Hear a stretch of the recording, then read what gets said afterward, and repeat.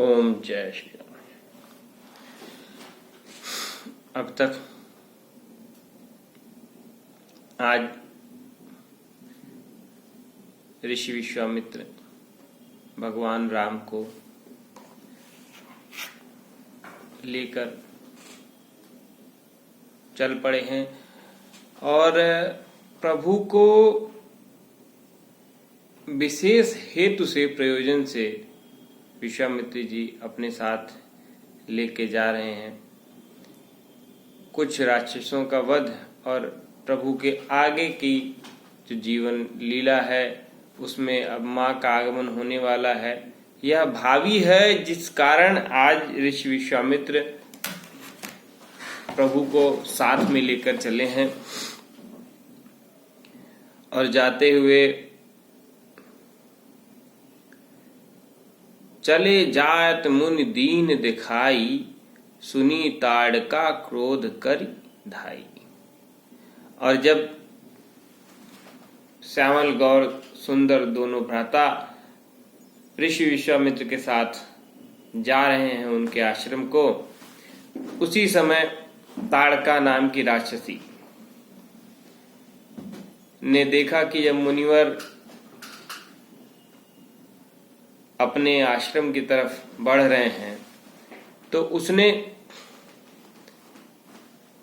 तुरंत विश्वामित्र जी के ऊपर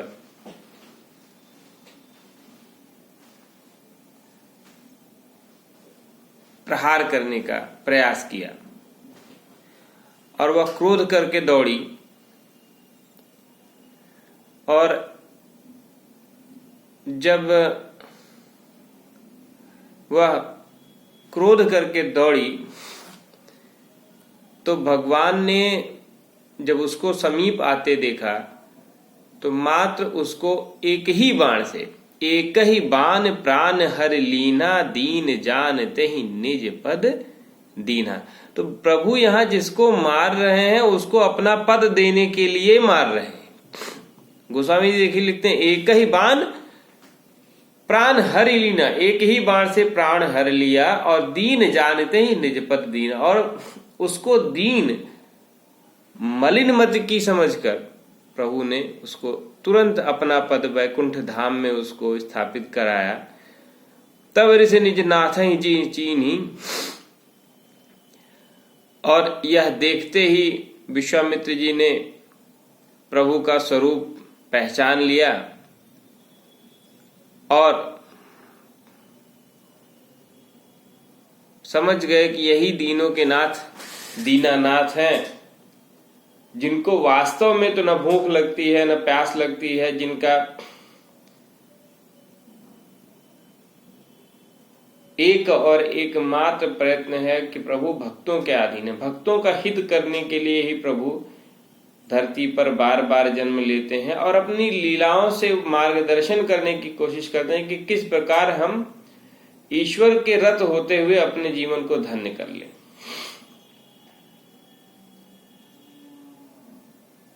प्रभु ने बाल्यकाल में ही देखिए अपना राज वैभव का जीवन छोड़कर ऋषि विश्वामित्र के साथ जाके राक्षसों का मारना स्वीकार किया। ये बाल लीला में ही आता है। 14 वर्ष की अवस्था में भगवान यह सब लीलाएं करने के लिए जंगल में निकले। आयुष सर्व समर्पित प्रभु निज आश्रम आन, कंद मूल फल भोजन दीन भगत हित जान। और भगवान ऋषि विश्वामित्र के आश्रम में आकर अपने सारे अस्त्र शस्त्र एक तरफ रख दिए और कंद मूल फल भोजन जो ऋषि मुनि जो भोजन करते हैं वही भोजन करना शुरू किया। भगवान ने हरि ने पूरी तरह से आश्रमवासी का जीवन जीना शुरू किया।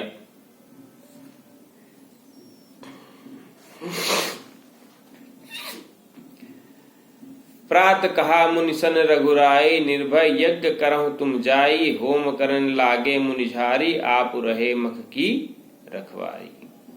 और प्रातः प्रभु उठ के ऋषि विश्वामित्र से कहते हैं कि हे ऋषिवर, हे मुनिवर, आप निर्भय होकर यज्ञ करिए, क्योंकि आपके यज्ञ की रक्षा करने के लिए मैं स्वयं हूं। अब आप सोचिए कि जो इसकी यज्ञ की रक्षा करने के लिए स्वयं विधाता विराजमान है, उस यज्ञ का विध्वंस कहां से हो सकता है। और यज्ञ जब अपने संपूर्ण उद्भव में छा गया और प्रभु वाल्मीकि रामायण में आता है कि 6 दिन तक लगातार यज्ञ होता रहा और वह लगातार यज्ञ होने की धुन सुनकर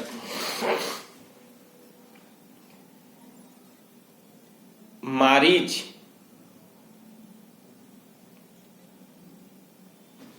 अपने साथ में अन्य राक्षसों को लेकर यज्ञ को विध्वंस करने के लिए आता है।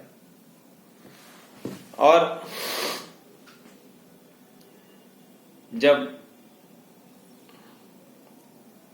मारीच ऋषि विश्वामित्र की तरफ आगे दौड़ता है, यज्ञ स्थल पर धावा देता है, तो प्रभु ने एक ही बाण से उसको 100 योजन दूर फेंक दिया।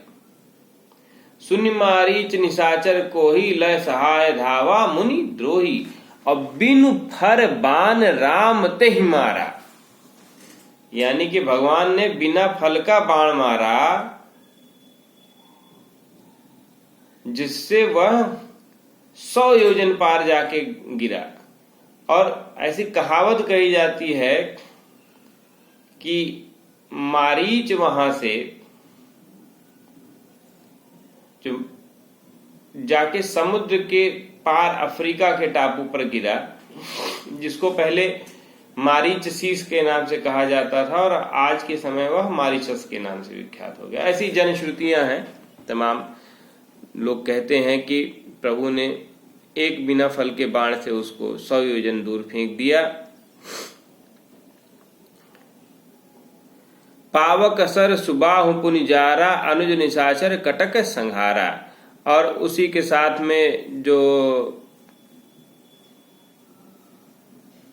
सुबाहु नाम का राक्षस आया था, उसको पावक अस्त्र से भगवान ने भस्मीभूत किया और लक्ष्मण जी ने संपूर्ण सेना का संहार कर दिया। इस प्रकार नाना प्रकार के स्तुतियों से ऋषि विश्वामित्र का यज्ञ निर्विघ्न संपूर्ण हुआ। तन पुनि कछुक दिवस रघुराया, रहे कीन विप्रन पर दाया। और इसके बाद कुछ दिन तक भगवान वहीं सिद्धाश्रम में निवास करते रहे और भक्तों की पुराणों की तमाम कथाएं सुनते और सुनाते भगवान मुनिवर के साथ ही उस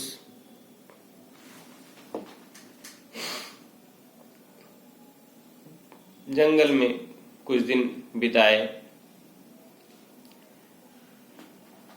इस पर ऋषि विश्वामित्र अति प्रसन्न हुए और विश्वामित्र जी ने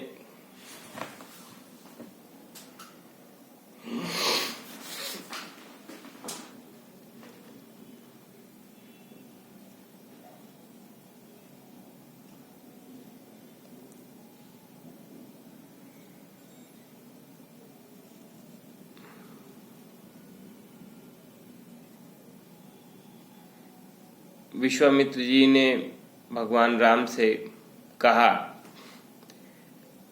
कि तब मुनि सादर कहा बुझाई, चरित एक प्रभु देखें जाई, धनुष यज्ञ सुनि रघुकुल नाथा, हर्ष चले मुनिवर के साथा।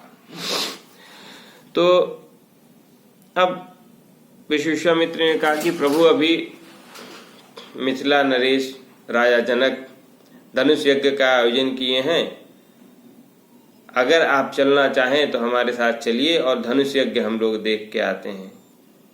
यह कौतुक भरा धनुष यज्ञ देखने के लिए भगवान राम ने सहर्ष ही हाँ कर दी और ऋषि विश्वामित्र के साथ मिथिला की तरफ आगे बढ़े। ओम जय श्री राम।